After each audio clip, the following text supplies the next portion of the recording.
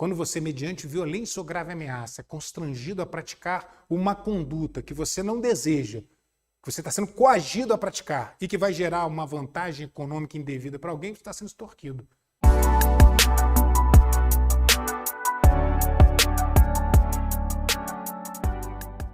Porque o artigo 109 do Código Penal estabelece regras específicas de aplicabilidade do sistema jurídico penal. Os nossos crimes prescrevem. Tortura prescreve, crime hediondo prescreve, feminicídio prescreve, assassinato de criancinha, né? Coisa terrível, está sujeito à prescrição. Estupro prescreve. A nossa regra, de acordo com o artigo 109, é a da prescritibilidade. E os crimes prescrevem de acordo com o tamanho da pena. Quanto maior a pena, maior o prazo prescricional, sendo que o nosso prazo prescricional máximo é de 20 anos. Se um sujeito comete um assassinato, enterra bem enterrado o cadáver da vítima, e aquele crime fica impune, não é descoberto, por 20 anos, quando passarem os 20 anos, ele pode ir até na delegacia, pedir para falar com o delegado, dizer que o cadáver está enterrado no local tal, que foi ele que matou, e ele nem sequer vai poder responder inquérito. Porque não se pode nem abrir inquérito policial por um crime que já está prescrito. Se o delegado abre um inquérito contra alguém por um crime que está prescrito, o indiciado contrata um advogado, ou então procura um defensor público, o profissional entra com habeas corpus e tranca o inquérito. Consegue uma ordem de habeas corpus para determinar o arquivamento do inquérito, porque ninguém pode sequer responder a um inquérito policial por um crime que prescreveu. Porque a prescrição, ela extingue a punibilidade do crime, extingue a pretensão punitiva do Estado. O crime ocorreu, o sujeito praticou o delito, mas tendo decorrido o prazo prescricional, ele não pode ser processado e, obviamente, não pode ser condenado e punido por aquele delito. Em hipótese alguma. Nem se o Alexandre de Moraes quiser. Nem esse poder o Alexandre de Moraes tem, de fazer alguém ser condenado por um crime que está prescrito. Tá? Porque ele é uma das autoridades hoje mais em evidência no nosso direito e até no direito penal. Tá? O ministro do STF. Não há como nem o STF dizer, não, nessa exceção nós vamos admitir que esse crime prescrito seja punido. Não existe. Porque isso é uma regra constitucional, a prescritibilidade dos crimes, e os prazos estão previstos no artigo 109. Então, é assim que funciona o direito penal. É o ramo do direito que define os crimes, as penas dos crimes e uma série de regras de aplicabilidade do sistema jurídico penal, como essa que nós estamos. Tá? E quais são as finalidades do direito penal? Nós temos a finalidade principal e as finalidades secundárias. Qual a finalidade principal? Anotem aí. Finalidade principal do direito penal brasileiro. Para que o direito penal brasileiro existe? Podem colocar assim: a finalidade precípua do direito penal, finalidade principal do direito penal,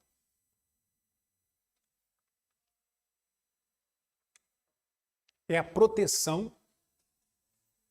Finalidade principal do direito penal é a proteção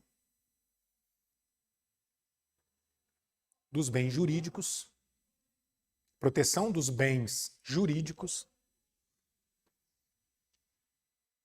mais importantes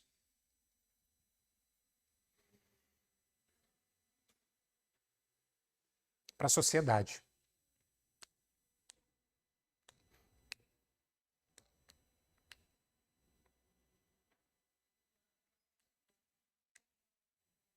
Então, a finalidade do direito penal principal é a proteção, através de suas normas incriminadoras, dos crimes que são definidos, das penas que são previstas, a proteção dos chamados bens jurídicos fundamentais à sociedade.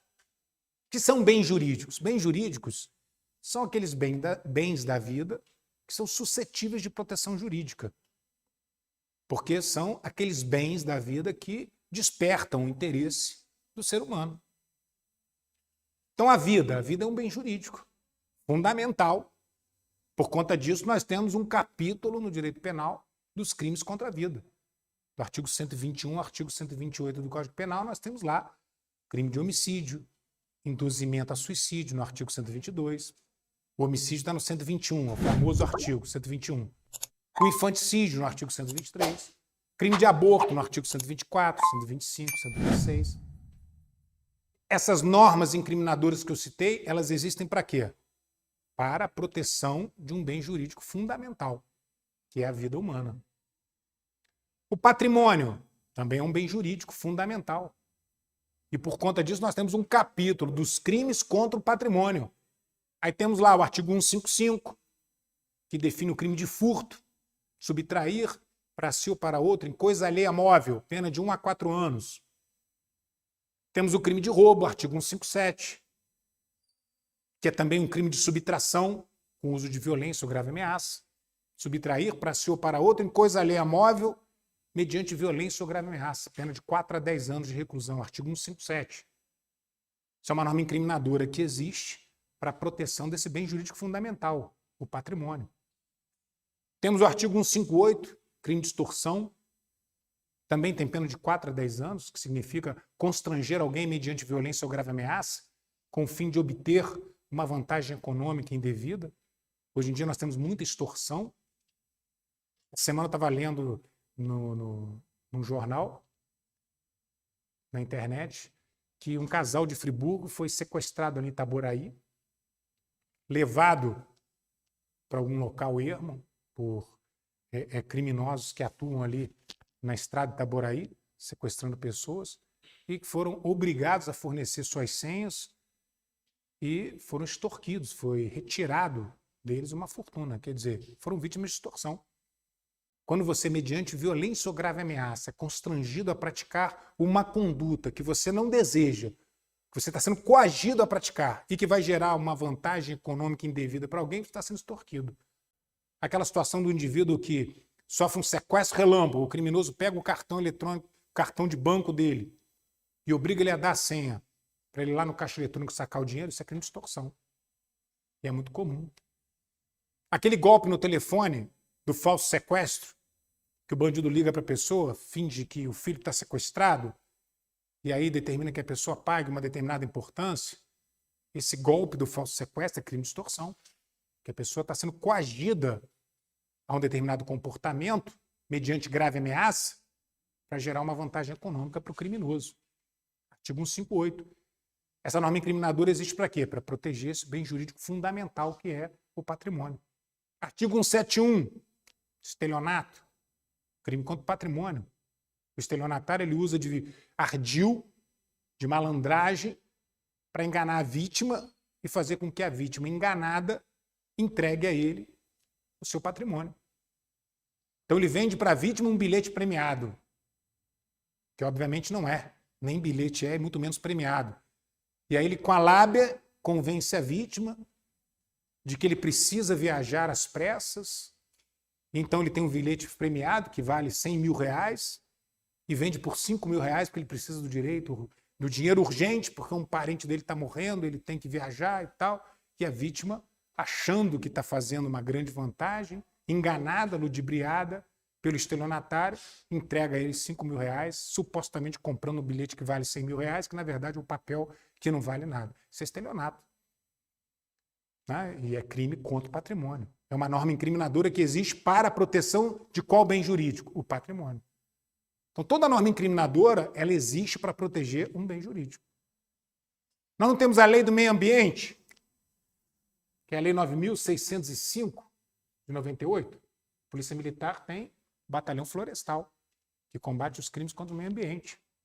Caça ilegal, desmatamento, queimada. Todos esses crimes estão nessa lei. Até existe o crime de porte ilegal de motosserra. Que eu só descobri um dia que eu estava numa audiência, vi um artigo que eu nunca tinha visto na minha vida. Aí fui procurar o artigo, era da lei do meio ambiente, eu falei, caramba, porte ilegal de motosserra. Coisa que a gente não estuda em faculdade, né? Porque na faculdade também não dá tempo de ver todas as leis. E essa lei aqui, que define crimes contra o meio ambiente, existe para quê? Para tutelar um bem jurídico que é fundamental, que é o meio ambiente. Nós já sabemos, pelos conhecimentos modernos, que se nós não cuidarmos do meio ambiente, isso vai causar uma série de tragédias ambientais que podem gerar mortes, podem gerar fome, afetar uma série de fatores naturais e prejudicar a população mundial, né? Então, nós temos que ter uma legislação definindo crimes e penas para tutelar esse bem jurídico fundamental, que é o meio ambiente. A lei de drogas, que nós citamos, ela existe para defender que bem jurídico? A saúde pública. Porque as drogas, elas deterioram a saúde pública. Então, por conta disso, nós temos a lei de drogas, que prevê uma série de crimes para proteger esse bem jurídico, a saúde pública, a saúde da coletividade.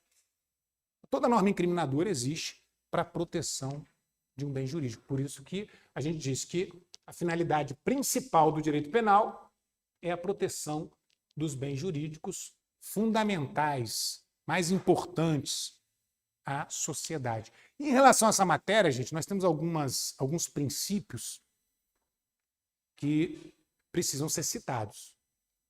Tendo a ver com essa matéria, nós temos, por exemplo, um princípio chamado princípio da lesividade.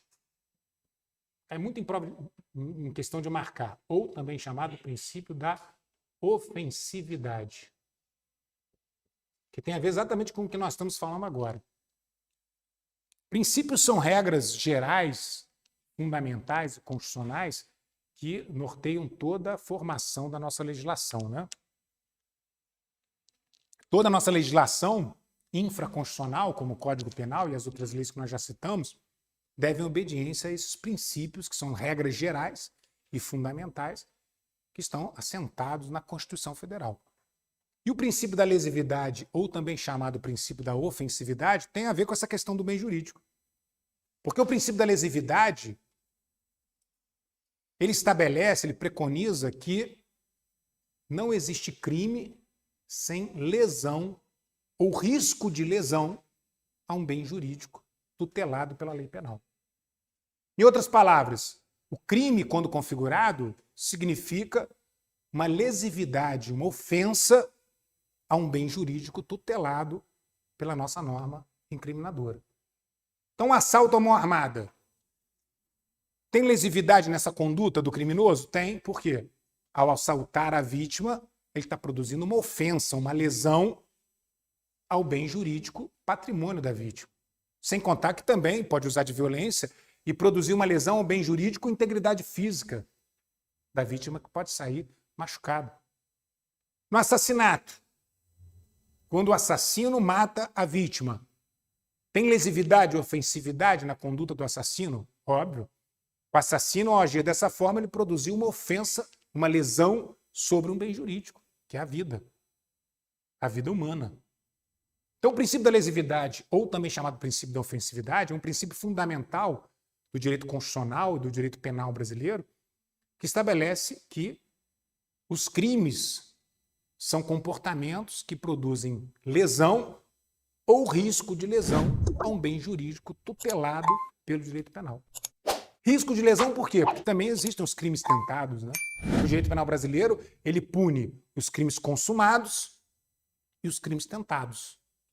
Está no artigo 14 do Código Penal, que define a consumação e a tentativa.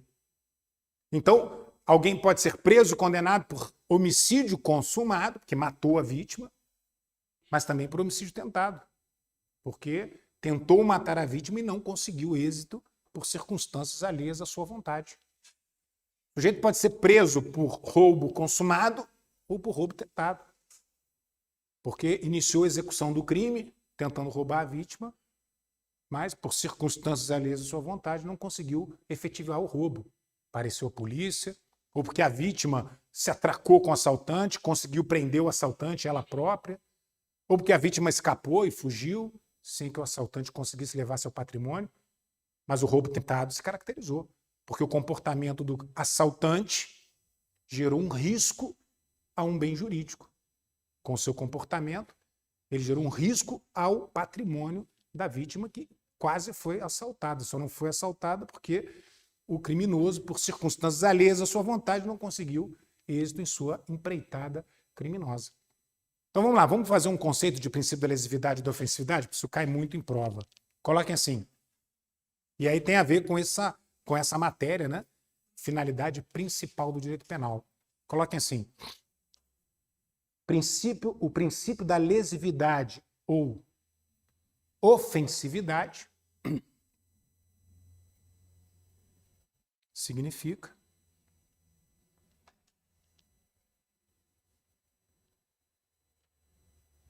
que todo crime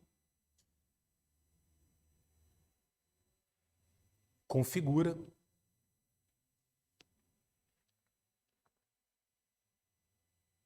uma lesão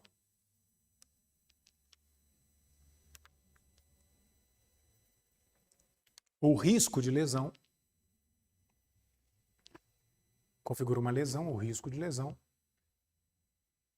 a um bem jurídico,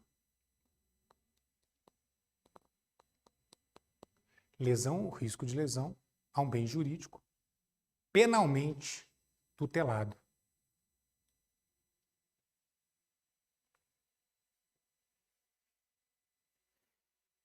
A um bem jurídico penalmente tutelado.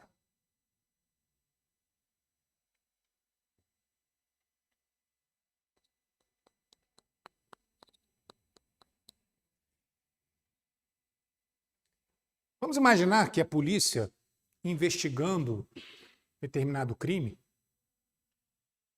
numa escuta telefônica, consiga gravar uma conversa onde uma pessoa está dizendo que vai matar fulano.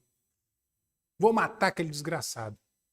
Semana que vem, ele vem à cidade e eu vou executar ele. A polícia pode fazer alguma coisa nesse momento? Não. Por quê? Porque ainda não há a lesão ao bem jurídico vida. A vítima vai ser morta semana que vem. Pelo princípio da lesividade ou da ofensividade, ainda não há fundamento jurídico para que a polícia possa efetivar a prisão do criminoso, uma vez que o nosso direito penal não tem o crime de conspiração. Acho até que no direito americano tem.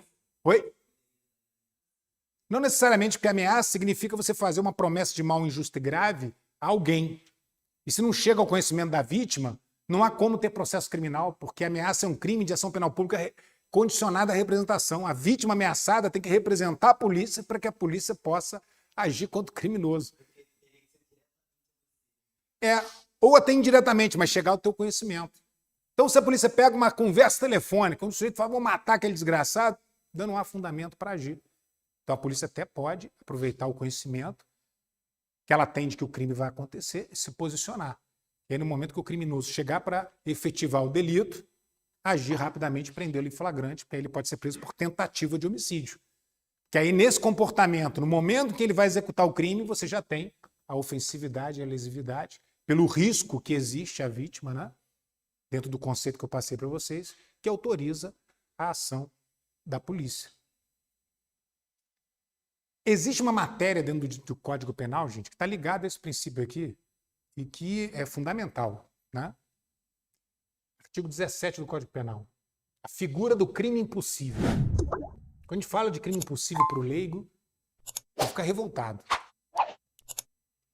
Porque a figura do crime impossível tem a ver exatamente com esse conceito que eu passei para vocês, que só existe crime se houver lesividade a bem jurídico. Lesão ou risco de lesão. Só existe crime se houver ofensividade. Olha um exemplo. Imagine que um indivíduo quer matar um desafeto. Mévio quer matar o Tício.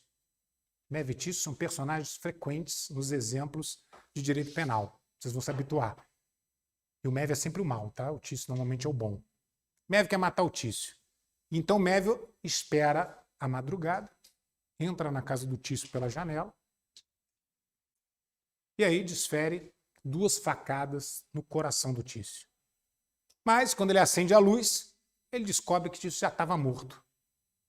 Porque Tício havia infartado, um infarto fulminante, e já estava sem vida no momento que ele esfaqueou. Aí eu pergunto a você, Mévio cometeu o crime? Não. Ele pode até ter cometido o crime de invasão do domicílio, né? Embora com a vida morta, com a vítima morta, fique até questionável a invasão do domicílio, porque como é que você vai invadir a casa de alguém contra a vontade da pessoa se a pessoa está morta? Ela não tem má vontade, né? Mas em relação ao homicídio, Mévio pode responder por homicídio? Não. A conduta dele gerou algum risco a bem jurídico? Não. A vida já tinha se acabado. Tício já estava morto. E responder por tentativa de homicídio? Também não.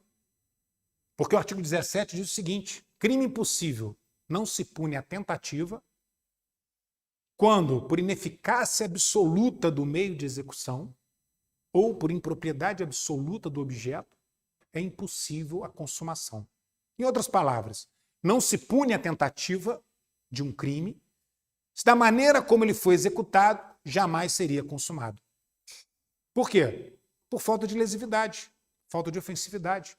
Se o criminoso executa um delito de maneira desastrosa, de modo que não gera lesão nem risco de lesão ao bem jurídico tutelado pela norma penal, não tem crime, é fato atípico.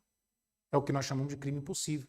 Exatamente por conta dessa finalidade principal do direito penal, exatamente por conta do princípio da lesividade. Então vamos imaginar que um vizinho tenha visto o Mévio entrar pela janela, chamou a polícia arromba a porta, vê o cadáver esfaqueado, prende Mévio em flagrante. Vai ser aberto o inquérito. No inquérito, a perícia vai identificar, olha, Mévio esfaqueou um cadáver. Está aqui, ó, pela coagulação do sangue, pela característica do cadáver, pela causa-morte que nós identificamos, o coração. O Tício já estava morto quando o Mévio esfaqueou. O que vai acontecer? Mévio vai ter que ser posto em liberdade e seu inquérito arquivado, porque não há crime, por falta de lesividade.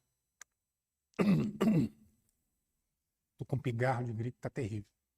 E isso, gente, é algo que a gente usa em tese de defesa no dia a dia. Uma vez eu defendi uma senhora que estava sendo acusada de uso de documento falso. Uso de documento falso é crime do artigo 304 do Código Penal. Porque ela, querendo um benefício do INSS, aqui o filho dela fazia, né, juiz, tinha direito, ela precisava, junto com os documentos, apresentar um atestado médico de saúde dela, dizendo que ela estava em bom estado de saúde. Uma série de documentos ela tinha que apresentar, o filho dela tinha direito a um benefício, acho que até algum benefício ligado à deficiência, né, à condição dele, de especial. E ela, não tendo esse atestado médico, que declarava que ela tinha bom estado de saúde, ela forjou o atestado médico. Ela pegou um atestado médico, carimbado e assinado por um médico, do Raul Sertan. Ela conseguiu um papel carimbado por um médico e escreveu, com a letra dela, o atestado de saúde. E aí levou lá no INSS, junto com os demais documentos, apresentou a documentação, o funcionário do INSS percebeu, visivelmente, que aquele atestado era falso, chamaram a polícia e ela foi presa por uso de documento falso. E aí ela foi processada criminalmente pelo crime do artigo 304. Em liberdade provisória, tá? Ninguém manteve ela presa, não. A delegacia autuaram ela, liberaram. E aí, no dia da audiência dela, na hora que nós estávamos ali ouvindo os depoimentos, o primeiro depoimento era do funcionário do posto do INSS, ali do lado do McDonald's, que foi quem pegou a documentação, né? E quando viu a falsificação, chamou a diretora do posto e chamaram a segurança, seguraram a mulher, chamaram a polícia, ela foi conduzida. E ele estava contando a história. E aí eu fui ver o processo, na época ainda era processo físico, né? Porque hoje em dia é tudo eletrônico. E aí quando eu vi o atestado falso, eu fiquei chocado, porque era absurdamente falso, era uma coisa assim, chocante, evidente, porque ela era semi-analfabeta. E ela escreveu o atestado dela cheio de erro de português, com um garrancho típico de quem não sabe direito ler e escrever. Obviamente aquilo não era um atestado de um médico, muito menos do médico que estava ali carimbado e assinado. Que, aliás, era uma das testemunhas que nós íamos ouvir, porque ele ia confirmar que, obviamente, não era ele que tinha feito aquele atestado. Mas tinha palavra que tinha tanto S, que eu não sei como que ela conseguiu botar tanto S numa palavra, tinha 6 S numa palavra. Aí eu comecei a rir e mostrei para a promotora. Era até Renata, promotora, excelente promotora na época, super razoável e tal. Falei, Renata, olha só, crime impossível. Por quê? Porque crime de uso de documento falso, gente, é crime contra a fé pública. Nós temos os crimes de falsidade, que estão previstos lá no artigo 300, 301, 302, 304, 297, 298 do Código Penal. Os crimes de falsificação, ou chamados crimes de falso, são crimes que existem para tutelar qual bem jurídico? A fé pública. Porque os nossos documentos eles precisam ter presunção de legitimidade, porque nós precisamos deles. Precisamos que eles tenham credibilidade para as nossas operações do dia a dia. Se toda carteira de identidade gerar uma desconfiança, imagina o inferno que não vai ser para você fazer um cadastro qualquer numa loja, coisa simples. Então, por conta disso, nós temos que defender a fé pública dos nossos documentos. E aí eu te digo, um documento grosseiramente falsificado gera lesão ao bem jurídico fé pública? Gera algum tipo de ameaça ao bem jurídico fé pública? Não, porque qualquer cidadão, mesmo que não tenha nenhum conhecimento sobre documentos, olhando aquela porcaria, viu que aquilo ali não vale nada. Então, o que nós alegamos em tese de defesa dessa mulher? Crime impossível. A promotora concordou na hora. Que ela, quando olhou o documento, falou, Marcelo, não tinha visto isso não. Que isso? É crime impossível. Falou com a juíza, aqui, ó, o documento qual é? Não ouvimos nem a segunda testemunha. Ela foi absolvida sumariamente. Por quê? Falta de crime, fato atípico, por conta do princípio da lesividade, princípio da ofensividade. E por conta do artigo 17 do Código Penal, que prevê a figura do crime impossível, que diz que não se pune a tentativa, porque ela tentou, quando impossível a consumação da maneira como o criminoso está executando o crime. É a imbecilidade do criminoso a serviço dele, beneficiando ele. Que ele executa o crime de maneira tão idiota que jamais ele chegará à consumação e acaba sendo beneficiado por isso, por conta do artigo 17. Porque o direito penal, ele não tá aqui para punir índole. Quantas pessoas mau caráter existem que não vão parar na cadeia? Quantas pessoas até de bom caráter que estão na cadeia? Não pense que na cadeia só tem monstro, não. Porque as pessoas são presas por fatos, e às vezes fatos isolados. Nem todo mundo que está preso é criminoso quanto mais. É como a gente costuma dizer, tem crimes que são crimes do profissional da área. Tráfico de drogas, assalto à mão armada. Agora, tem crimes que são crimes do cidadão comum. Matar alguém. Nenhum de nós pode dizer que jamais vai se envolver no artigo 121. Nós não sabemos em quais situações na vida nós vamos nos envolver. Nós não sabemos todas as circunstâncias de vida que nós vamos enfrentar. E dependendo de uma situação, um dia nós perdemos a cabeça, ou então, em alguma circunstância, acabamos levando alguém à morte. Então, tem muita gente comum, que foi honesto, trabalhador a vida inteira, que se envolveu num episódio, caracterizou um 121, foi a júri, foi condenado, está lá, cumprindo a sua pena. Vai terminar de cumprir a pena, vai sair, vai voltar à vida normal de trabalhador comum que ele já tinha antes. Então as pessoas são presas por fatos criminosos que cometem, não porque tem boa índole ou má índole. Portanto, as pessoas são condenadas criminalmente por terem cometido condutas que produzem lesão ou risco de lesão a um bem jurídico. Agora, se a minha conduta, de tão desastrosa que é, não gera lesividade, crime impossível. Então, essa senhora foi absolvida.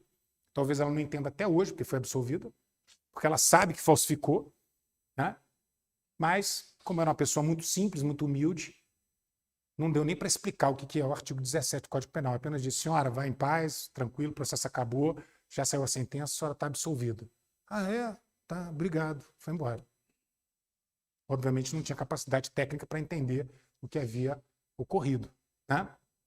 Então isso aqui é algo muito importante e essa tese do documento grosseiramente falsificado caracteriza crime impossível e, portanto, não há crime, não foi eu que inventei, não. Isso já é jurisprudência sedimentada nos nossos tribunais. Todo tipo de falsificação grosseira que não é capaz de iludir qualquer pessoa, o uso dessa documentação não configura crime. Falsificação grosseira, crime impossível. Pode gravar isso, até porque isso é algo muito costumeiro em prova de concurso, que é uma jurisprudência muito famosa. Certo? E tem a ver com essa nossa matéria aí, com a finalidade principal do direito penal. E as finalidades secundárias? Então vamos dar sequência. Finalidades secundárias do direito penal. São as finalidades preventiva e retributiva. Qual a finalidade preventiva do direito penal? O direito penal, quando cria um determinado delito, o que ele deseja é prevenir o crime, evitar que as pessoas pratiquem aquele delito. É finalidade preventiva. Então, quando o direito penal prevê o artigo 306 da Lei de Trânsito, que é a Lei 9.503 de 97, que nós já citamos, o que o direito penal quer é que as pessoas não dirijam veículo na via pública após a ingestão de bebida alcoólica. O direito penal não quer prender todo mundo. Quando montam lei seca na cidade, a ideia é exatamente fazer com que as pessoas não dirijam embriagadas. E dirigir embriagado não é dirigir bebaço, não. Dirigir embriagado é dirigir com a quantidade de álcool no sangue acima do permitido. Então, se você sentar num barzinho, pedir 3 chopp, pegar teu carro, já está cometendo crime. Como eu costumo dizer, todos somos criminosos. É que muita gente associa o crime à polícia descobrir a conduta. Não. Muitas vezes nós cometemos crimes que não são descobertos pelas autoridades e que não geram inquérito, não geram processo, mas o crime configurou. Então, se algum dia você já sentou numa churrascaria, tampou na picanha com chopp, depois pegou teu carro e foi para casa, lamento dizer, você também é um criminoso. Você só não foi descoberto pelas autoridades, só não será punido pelo seu delito, mas configurou o artigo 306. E aí, quando o artigo 306 é previsto na legislação, qual é a finalidade do legislador? Preventiva. Primeira finalidade do direito penal ao prever um crime é tentar evitar que as pessoas não pratiquem aquele delito. E a finalidade retributiva? É justamente a finalidade do direito penal que entra em ação quando a violação da norma penal é praticada. Então, se falha a finalidade preventiva e o cidadão comete o delito, aí entra em ação a finalidade retributiva. Através das nossas autoridades, o indivíduo recebe a pena prevista para o delito cometido. Né? A finalidade retributiva. Então vamos lá, vamos falar da finalidade preventiva. Coloque assim. As finalidades secundárias são preventiva e retributiva. As finalidades secundárias são preventiva e retributiva.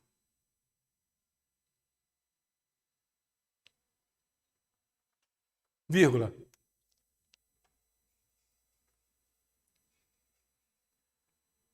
Na finalidade preventiva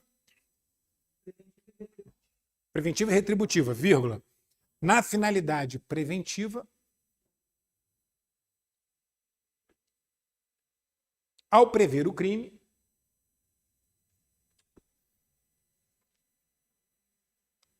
o direito penal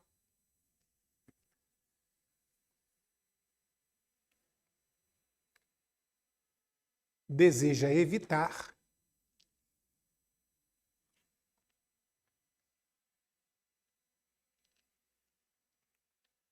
que ele seja praticado.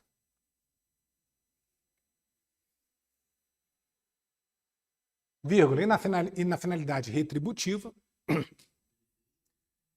para evitar que ele seja praticado. Deseja evitar que ele seja praticado. Vírgula. E na finalidade retributiva, uma vez praticado o delito, e na finalidade retributiva, uma vez praticado o delito,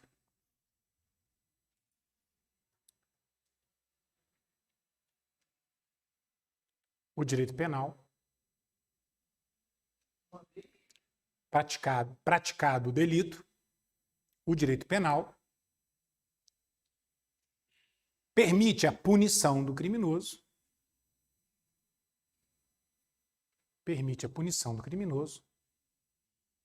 através de suas penas.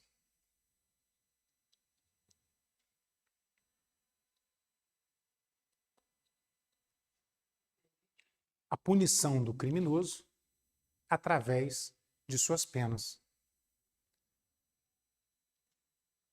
Para retribuir o mal causado à sociedade, vírgula, né? Para retribuir o mal causado à sociedade,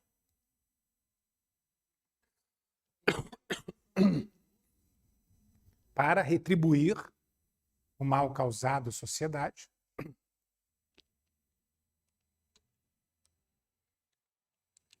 para retribuir o mal causado à sociedade, e também buscar sua regeneração. também buscar sua regeneração.